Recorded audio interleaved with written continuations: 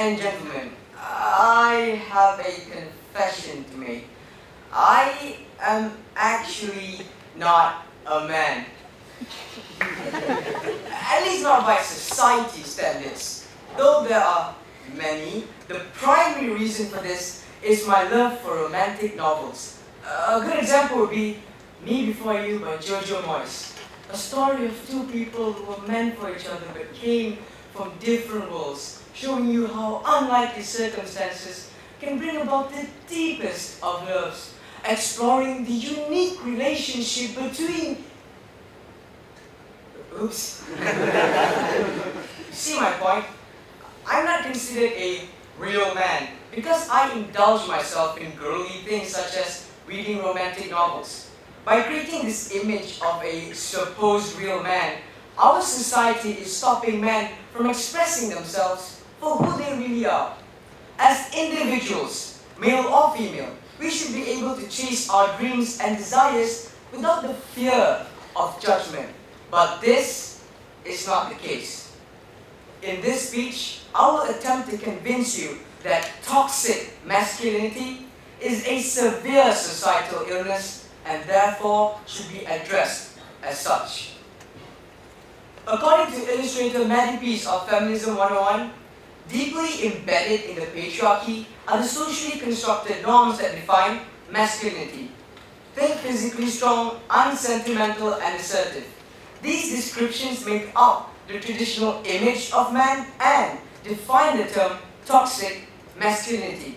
We have created this concept of a real man, and anyone who doesn't fit this bracket is considered not masculine. Unfortunately, this preconceived idea runs so deeply in our culture that it seemingly affects the most trivial aspects of our behavior. For example, marketing researchers have found that toxic masculinity may be to be blamed for men being way less environmentally friendly than women, who are much more likely to recycle, buy green products, and not litter. You see, being environmentally friendly has typically been associated with being feminine, as men aren't expected to care about such things.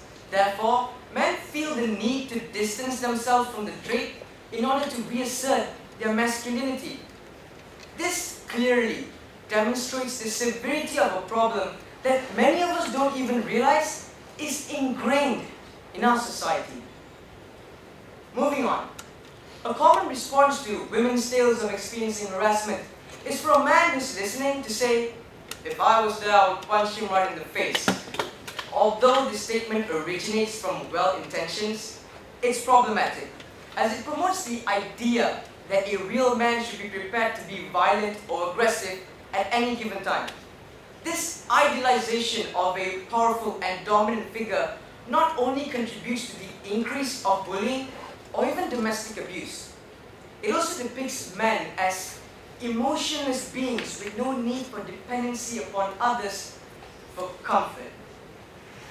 For instance, young boys are taught to be tough, to reject their emotions, and live as empty vessels to gain approval and be considered masculine. Hence why they learn to man up, not open up. However, these suppressed emotions then reach a breaking point. Suddenly, the statistics that men are 4 times more likely than women to commit suicide out of depression isn't so surprising. Furthermore, toxic masculinity also discourages men from seeking help for any mental or emotional struggles that they may be facing.